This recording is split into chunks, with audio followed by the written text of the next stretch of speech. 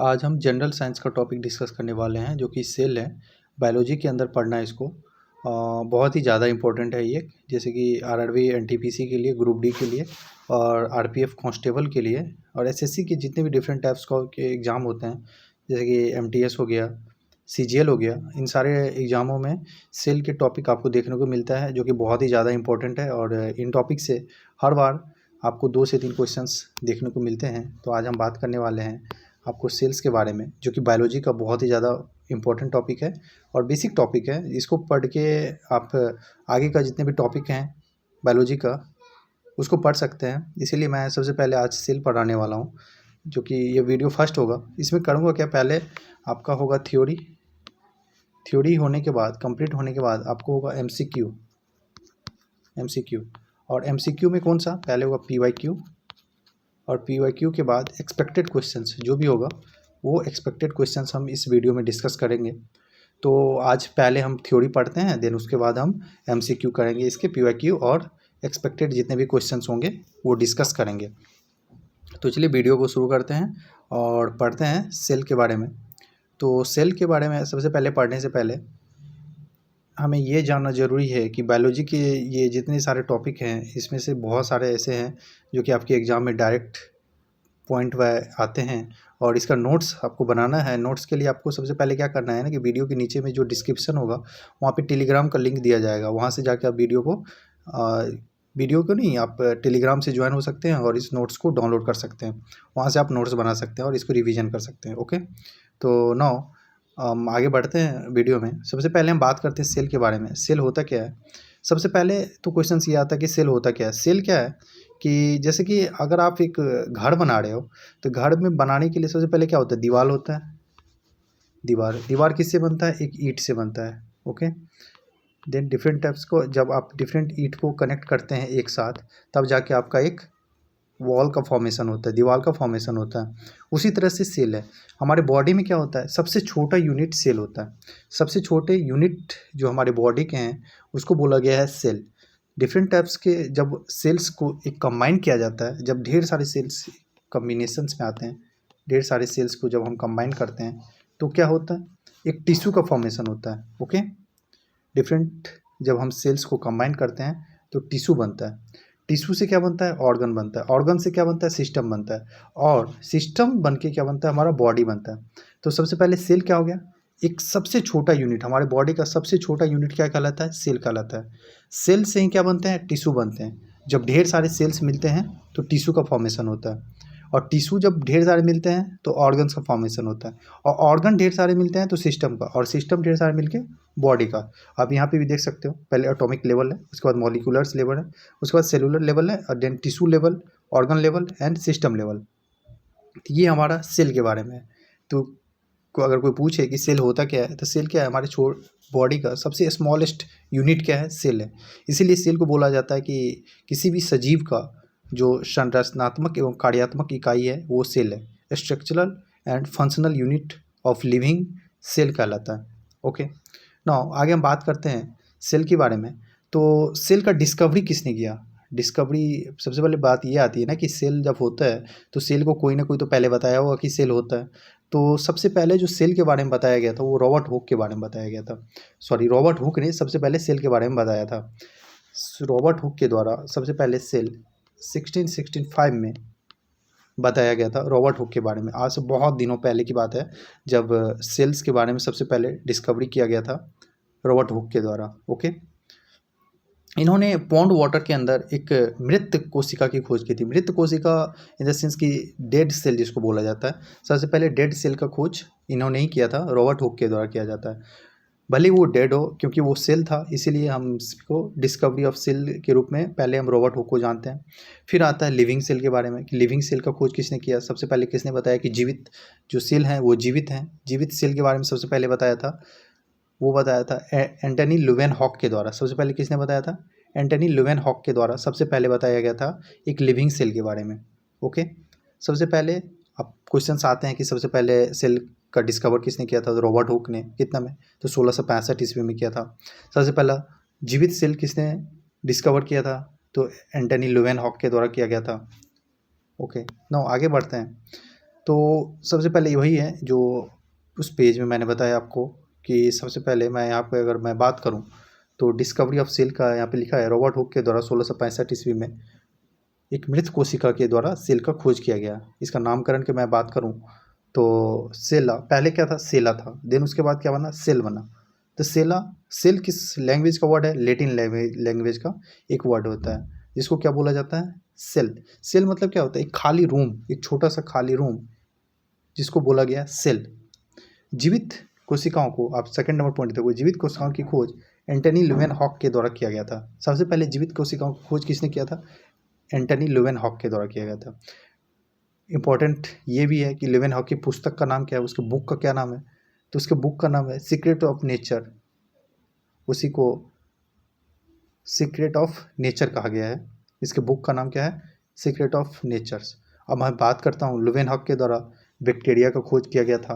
आप देख सकते हैं यहाँ पे बैक्टीरिया, प्रोटोजोआ, आरबीसी, स्पर्म, इस सारे का खोज किसने किया था, ल्यूवेनहॉक के द्वारा बैक्टीरिया का, प्रोटोजोआ का, आरबीसी का और स्पर्म का खोज किया गया था। ओके, ये सारे जितने भी हैं आपको पीडीएफ मिल जाएगा, तो बाद में इसका आप नोट्स बना सकते हैं। वीडियो को आगे बढ़ाते हैं और देखते हैं आगे। कोशिका सिद्धांत। अब कोशिका की खोज होने के बाद कोशिका सिद्धांत दिया गया। उसमें से एक दो ऐसे वैज्ञानिक थे जिन्होंने बहुत ही ज़्यादा इम्पोर्टेंट रोल प्ले किया सेल थ्योरी देने में। उनका नाम आता है स्लाइडेन और श्वान। इन्होंने ही सबसे पहले कोशिका सिद्धांत सेल थ्योरी के बारे में बताया था। सेल थ्योरी क्या होता है कि जितने भी प्लांट होते हैं, ऑल प्लांट्स जो होते हैं वो प्लांट सेल से बनते हैं। ऑल ह्यूमंस या एनिमल सेल जितने भी होते हैं सारे एनिमल सेल से बनते हैं। और जितने भी सारे जीव, जितने भी जीव हैं कोशिका से मिलकर बने होते हैं। इनके द्वारा दिया गया था, स्लाइडेन और श्वान के द्वारा। ओके, सेल थ्योरी, क्वेश्चन आते हैं कि सेल थ्योरी किसके द्वारा दिया गया था, तो स्लाइडेन और श्वान के द्वारा दिया गया था। तो इन्होंने कहा कि सारे जीव कोशिका से मिलकर बने हैं। जितने भी जीव होते हैं वो सारे किससे बनकर बनते हैं, सारे जीव किससे बनते हैं, कोशिका से मिलकर बनते हैं। आप यहाँ पे देख सकते हो कि मान लो कि आपका सर है, आपका पैर है, हाथ है, छाती है, आपके बाल हैं, जितने भी हैं सारे किससे मिलकर बने हैं, सेल से बने हैं। और इसी को सेल थ्योरी बोला गया। ओके, देन बात आती है कि कुछ ऐसे भी हैं जो इस सेल थ्योरी को फॉलो नहीं करते हैं। तो सेल थ्योरी को कौन नहीं फॉलो करते हैं, उसका सबसे बेस्ट एग्जांपल है वायरस। वायरस एक ऐसा जीव है जो सेल थ्योरी को फॉलो नहीं करता है। क्यों नहीं फॉलो करता है, क्योंकि क्या होता है ना कि सेल जो वायरस जो है जब तक हमारे बॉडी के अंदर रहता है, देखो यहाँ पे लिखा हुआ है सेल वायरस कोशिका सिद्धांत का अपवाद है। अपवाद मतलब उस चीज़ को वो फॉलो नहीं करता, ठीक। यह निर्जीव और सजीव के बीच की कड़ी है, यह निर्जीव और सजीव के बीच का कड़ी है, ना तो निर्जीव है ना ही सजीव के रूप में माना जाता है इसको। शरीर के बाहर यह निर्जीव की तरह बिहेव करता है, जब शरीर से बाहर आता है तो यह निर्जीव की तरह बिहेव करता है, और जबकि शरीर के अंदर यह सजीव की तरह बिहेव करता है। इसीलिए इसको हम क्या बोलते हैं कि सेल थ्योरी का ये एक अपवाद है। ओके, तो कोशिका क्या है, एक सेल थ्योरी का अपवाद है। नेक्स्ट हम बात करें तो कुछ फैक्ट हैं जो कि बहुत ज़्यादा इंपॉर्टेंट है आपके एग्जाम पॉइंट ऑफ व्यू से, जो कि डायरेक्ट क्वेश्चंस आपको देखने को मिलता है। सबसे पहले बात करें कोशिका की, जंतु की सबसे बड़ी कोशिका कौन सी है। जंतु की सबसे बड़ी कोशिका की बात करें तो शुतुरमुर्ग का जो अंडा होता है, शुतुरमुर्ग का अंडा, वो सबसे बड़ा सेल कहलाता है। 1.5 किलो का जो शुतुरमुर्ग के अंडे होते हैं वो अभी तक का सबसे बड़ा लार्जेस्ट एनिमल सेल के अंदर आता है, ठीक। उसके बाद जंतुओं की सबसे लंबी कोशिका की बात करें तो तंत्रिका कोशिका सबसे लंबा कोशिका कहलाता है। तंत्रिका कोशिका सबसे लंबा कोशिका कहलाता है। ओके, नर्व सेल जो है हमारे बॉडी के जो नर्व सेल होते हैं वो सबसे लॉन्गेस्ट सेल में आते हैं। और सबसे बड़े सेल कौन से आते हैं, लॉन्गेस्ट एनिमल सेल में कौन से आते हैं, ऑस्ट्रिच के एग आते हैं, जो कि 1.5 kg के अभी तक के एग्जिस्टिंग जो सिंगल सेल है, सबसे बड़े सेल्स क्या है, ऑस्ट्रिच के अंडे हैं। ओके, हम आगे बात करते हैं। कुछ और फैक्ट हैं जो कि आपको बहुत ज़्यादा इंपॉर्टेंट है, याद रखना है एग्जाम पॉइंट ऑफ व्यू से। जैसे लार्जेस्ट सिंगल सेल प्लांट के बारे में बात किया, अभी मैंने आपको ह्यूमन के बारे में बताया था, एनिमल्स के बारे में बता रहा था। अब बात करते हैं प्लांट्स के बारे में। प्लांट्स के अंदर भी सेल होते हैं, तो उसके बारे में बात करें तो एक जलीय जीव होता है। जलीय जीव इन द सेंस की शैवाल, जिसको एल्गी बोला जाता है, उसमें क्या होता है कि उसका लार्जेस्ट सिंगल सेल बोला जाता है कोलडेप्पा। कोलडेप्पा टैक्सीफोलिया, आप देख सकते हो यहाँ पे लिखा है कोल्डप्पा टैक्सीफोलिया को जो एल्गी होता है उसका largest single cell plant cell बोला जाता है। ओके, ये सारे आपको फैक्ट है जो कि याद रखना है, क्योंकि आपके एमसीक्यू के अंदर जब आप एमसीक्यू लगाओगे तो टोटल का टोटल क्वेश्चंस आपको देखने को मिलेंगे। ओके, नाउ हम आगे बात करते हैं सेल के बारे में। तो फैक्ट के कुछ और भी सेल के फैक्ट हैं, जैसे कि मानव शरीर की सबसे बड़ी कोशिका की बात करें तो उसमें आ जाता है, लार्जेस्ट ह्यूमन सेल की बात करें तो अंडाणु आ जाता है, जो कि फीमेल के अंदर होता है, फीमेल। तो क्या होता है, मानव शरीर की सबसे बड़ी कोशिका कौन सी है, लार्जेस्ट ह्यूमन सेल की बात करें तो अंडाणु हो गया। मानव शरीर की सबसे छोटी कोशिका शुक्राणु, स्पर्म हो। सबसे छोटी शुक्राणु, सबसे बड़ी अंडाणु। ओके, एग और स्पर्म ये दो ऐसे होते हैं, एक सबसे बड़े होते हैं और एक सबसे छोटे होते हैं। तो सबसे बड़े की बात करें तो एग होता है और सबसे छोटे की बात करें तो स्पर्म होता है। ओके, नाउ कुछ और फैक्ट का देखते हैं हम। आगे देखें तो सबसे पहले बात करते हैं कि सबसे बड़ी रुधिर कोशिका की बात करें, मतलब लार्जेस्ट ब्लड सेल्स, रुधिर मतलब ब्लड सेल्स की बात करें तो वो होता है WBC, वाइट ब्लड सेल्स। क्या होता है, वाइट ब्लड सेल्स। सबसे लार्जेस्ट क्या होता है, वाइट ब्लड सेल्स। और सबसे छोटी रुधिर कोशिका की बात करें तो वो होता है प्लेटलेट्स। सबसे बड़ी WBC, सबसे छोटा प्लेटलेट्स। ओके, अब कोशिका को ना डिफरेंट टाइप्स में बांटा गया है। डिफरेंट टाइप्स में बांटना का सेंस है कि डिफरेंट टाइप्स में इसको डिवाइड किया गया है। उसमें से दो ऐसे पार्ट्स हैं जिसको पढ़ना जरूरी है, क्योंकि एग्जाम में डायरेक्ट क्वेश्चंस आते हैं। एक होता है यूकैरियोटिक और एक होता है प्रोकैरियोटिक। ओके, यूकैरियोटिक की बात करें, प्रोकैरियोटिक की बात करें तो दो टाइप्स के आपको सेल को डिवाइड किया गया है। तो मैं अगर यहाँ पे बात करूँ कि सबसे पहले बात करता हूँ प्रोकैरियोटिक के बारे में। तो प्रोकैरियोटिक क्या होता है ना कि जो मतलब प्राथमिक, जो पहले है, तो उसमें क्या होता है ना जिसमें वास्तविक केंद्रक अनुपस्थित रहता है। वास्तविक केंद्र, ट्रू न्यूक्लियस इसमें एब्सेंट रहेगा। इसमें क्या होता है कि जिसमें वास्तविक केंद्रक अनुपस्थित रहता है उसको क्या बोला जाता है, प्रोकैरियोटिक बोला जाता है। प्रोकैरियोटिक की बात करें तो जैसे बैक्टीरिया हो गया, बैक्टीरिया का सेल्स क्या क्या होता है, प्रोकैरियोटिक होता है, क्योंकि उसके अंदर ट्रू न्यूक्लियस का अभाव होता है।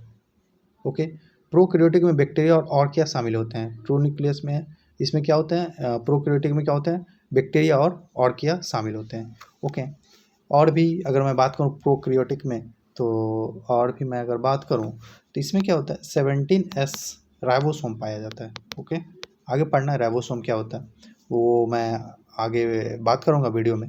तो सबसे पहले आपको यहाँ पे ध्यान रखना है कि इसमें 17S राइबोसोम पाया जाता है। राइबोसोम किसको बोलते हैं, राइबोसोम को ही प्रोटीन फैक्ट्री बोला जाता है। प्रोटीन का फैक्ट्री राइबोसोम को बोला जाता है। हम बात करें यूकैरियोटिक की बात करते हैं अब। यूकैरियोटिक में इसमें एक और बात, इसमें लीनियर डीएनए पाया जाता है। लीनियर डीएनए पाया जाता है। ओके, अब यूकैरियोटिक क्या होता है, यूकैरियोटिक की बात करें तो यूकैरियोटिक मतलब जो प्रोकैरियोटिक के बाद बनता है यूकैरियोटिक बनता है। यूकैरियोटिक क्या होता है, एक मैच्योर होता है। ओके, जिसमें केंद्रक होता है, जिसके अंदर एक न्यूक्लियस होता है, विच कंटेन ए न्यूक्लियस, जिसके अंदर एक न्यूक्लियस होता है। अगर हम बात करें प्रोटोजोआ की, फंगी की बात करें, एनिमल्स की बात करें, प्लांट्स की बात करें तो इन सारे में यूकैरियोटिक होता है। और यूकैरियोटिक की बात करें तो इसमें 17S की जगह 18S राइबोसोम पाया जाता है। ओके, इसका डीएनए की बात करूँ तो इसमें गोलाकार डीएनए पाया जाता है। इसमें गोलाकार डीएनए पाया जाता है। इसमें हिस्टोन प्रोटीन रहता है। इसमें हिस्टोन प्रोटीन, आगे बात करूँगा मैं हिस्टोन प्रोटीन के बारे में। इसमें हिस्टोन प्रोटीन नहीं रहता है। ओके, इसमें हिस्टोन प्रोटीन रहता है। और भी इसमें अलग अलग टाइप्स के होते हैं। इसमें सेल मेम्ब्रेन्स नहीं होते हैं, इसमें सेल मेम्ब्रेन्स होते हैं। इसमें किसी किसी में सेल वॉल्स होते हैं, किसी किसी में सेल वॉल्स नहीं होते हैं। सेल वॉल्स के बारे में आगे पढ़ेंगे। सेल वॉल्स जिसको कोशिका भित्ति कहते हैं, कोशिका भित्ति किसको कहते हैं आगे के वीडियो में हम डिस्कस करेंगे। तो यहाँ तक आई थिंक मुझे लगता है कि समझ में आ गया होगा कि सेल्स को डिफरेंट टाइप्स में बांटा गया है, जिसमें से पहला दो जो है यूकैरियोटिक होता है, प्रोकैरियोटिक होता है, जिसको हम बोल सकते हैं जिसमें कि केंद्रक होता है उसको बोलते हैं यूकैरियोटिक, जिसमें वो केंद्रक का अभाव रहता है उसको बोलते हैं प्रोकैरियोटिक। ओके, यूकैरियोटिक की बात करें तो प्रोटोजोआ हो गया, कवक हो गया, और प्लांट हो गया, देन एनिमल्स हो गया, ये सब किस में आते हैं आपको यूकैरियोटिक में आते हैं। और बैक्टीरिया हो गया, आर्किया हो गया, ये सब किस में आते हैं आपका प्रोकैरियोटिक में होता है। ओके, तो ये यहाँ तक आपको समझ में आ गया, दोनों में अंतर डिफरेंस समझ में आ गया होगा। तो आज का वीडियो हम यहीं पे ख़त्म करते हैं और आगे का जो वीडियो होगा उसमें मैं ribosome, mitochondria, lysosome, ribosome, cell membranes क्या होता है, प्लाज्मा मेम्ब्रेन्स क्या होते हैं, जितने भी होते हैं टॉपिक्स इस सेल में बचे हुए हैं उसको कवर करूँगा और एमसीक्यू भी करेंगे लास्ट जितने भी एग्ज़ाम में आए हुए हैं, चाहे एसएससी हो, एनटीपीसी हो, जो भी एग्ज़ाम में इस टॉपिक से क्वेश्चंस आए होंगे और कुछ एक्सपेक्टेड क्वेश्चंस भी करेंगे। तो आज का वीडियो यहीं पे एंड करते हैं। Thank you.